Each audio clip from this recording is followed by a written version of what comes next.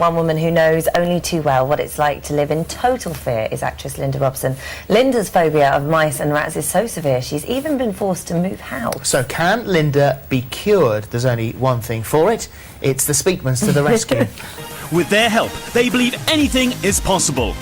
Through the power of their words, they've helped tabloid favourite Kerry Katona and Corrie star Kim Marsh. They've cured Dan, who was scared of spiders. Look at the size of your actually sort of making friends with it. Stacey's phobia of dolls, Zoe's fear of cutlery, Dee's plight against pigeons, and Shani's paranoia about pantomime horses. They are the Speakmans. Well, on Monday, actress Linda Robson was cured of her phobia of rats, and yesterday, Alex Torrance got to grips with his fear of buttons. It was remarkable. Yes, now, if you were watching yesterday, you'll remember Lisa Wainwright. Now, she had a fear of dogs, and even though she did manage to stroke 2 of the dogs that were in the studio, she couldn't bring herself to face her biggest fear, and that was the Rottweiler. But, yes, but when the programme finished, Nik and Eva gave Lisa a little more help, and look at this, yeah, that is her stroking the doggy she had been so frightened of all her life.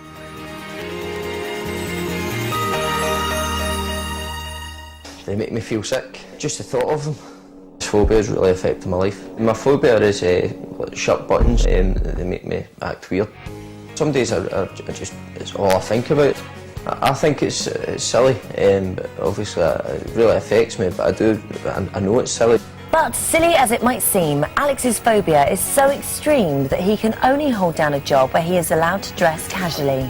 It holds him back so much, so even down to where we live, how we live, everything is down to this phobia. If I worked in an office, I'd be on a decent wage, but then again it would need to wear a shirt, and well, I can't, do you know what I mean? So in that sense it holds me back. Little everyday things can be so stressful at times. My daughter, if she's got a cardigan on, talk to her, but I won't touch her dead day. It would be awesome if it could get fixed, and it would just mean the world to me, do you know what I mean?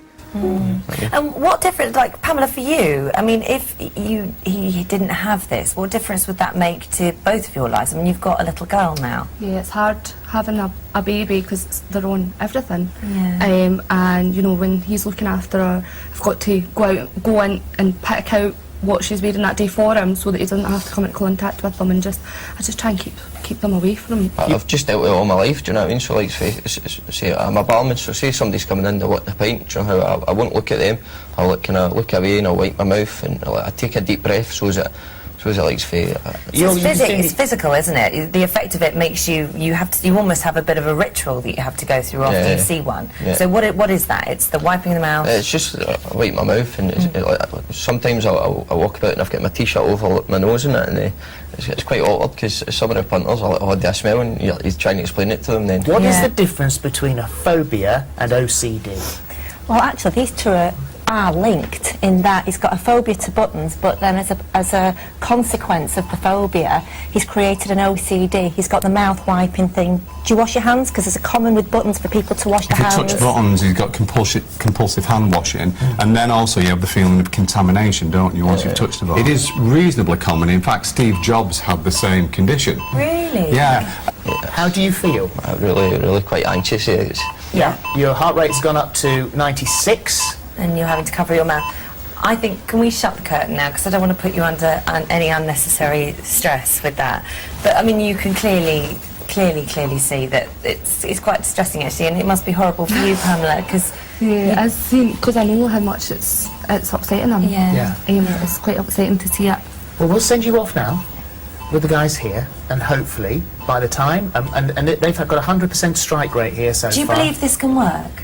I hope it can work. I don't see how it can work, but I hope it can work. This has been a tough one, hasn't it? It's been very difficult. Yeah, it has. It's been a hard one. It's not only is it a phobia, there's been OCD involved and massive habitual behaviour as well. So we've literally used every minute that we had. And normally, if this wasn't on the telly, this is something you'd work on for a little while, wouldn't you? Not just 4 hours. 4 hours usually, yeah. Which in the grand scheme of things is still a pretty short amount of time. Let's not take it away. I mean, he's had it for over 20 years, so yeah. How do you feel this has gone today? How are you feeling now? Absolutely brilliant, Yeah? They're absolute geniuses. Touching them and everything. Earlier, this was you seeing it, and obviously visible discomfort there at seeing the buttons on the shirt. You're touching your mouth, you're doing all the rituals that you said about earlier. You've had your hand in that jar. Yeah, honestly. Did you ever think that that was possible? No.